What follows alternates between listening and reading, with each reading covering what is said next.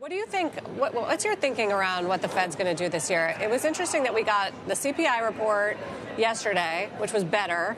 PPI kind of in line today. It didn't really move the needle on the thinking around Fed policy, that they're going to pause in January. It looks like, the market's now pricing pause in March, but still expecting 2 cuts this year, just waiting for after Powell's gone as chair. Well, is it that, or are they waiting because they need some more clarity on how the economy is evolving? We can't determine that. I mean, even the Fed has priced or had in their forecast some rate cuts this year. I think, this is a good time for the Fed to pause. The economy seems to be doing well. There's good reasons to think that fiscal policies will buoy the economy in the first half of the year.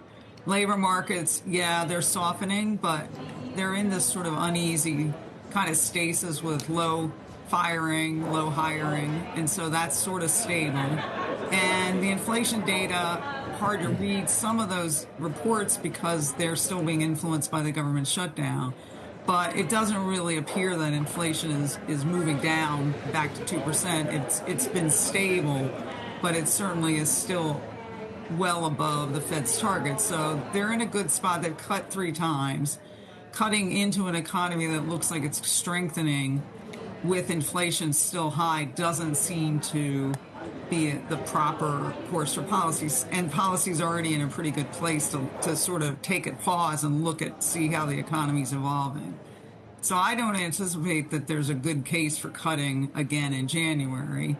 And then we'll have to see in March if the evidence comes in and shows that the labor market's deteriorating further, then they perhaps will want to move in March. But again, if the labor market looks like it is and inflation, they're hoping it comes down. I'm hoping it comes down. But if it looks like it's stable, then I don't see a case for cutting again in March either. But we have to wait and see. If you're right, Loretta, does that antagonize the White House in ways that we haven't seen yet? Well, we already know that the White House is antagonized. I mean, this has been going on for more than a year. Granted, the Justice Department subpoenas was a big escalation in that. I think Jay Powell did the proper thing by making that public on Sunday night before the markets opened so that everyone knew what was happening. And then, the rally behind Jay from many different parts, right? Republicans, some Democrats, ex-central bankers, both here, sitting central bankers abroad, former Treasury secretaries. I think that has sort of quelled this a little bit, but I don't anticipate this being the last that we'll hear from the White House wanting to influence Fed policy and to the detriment of Fed independence in making monetary policy decisions.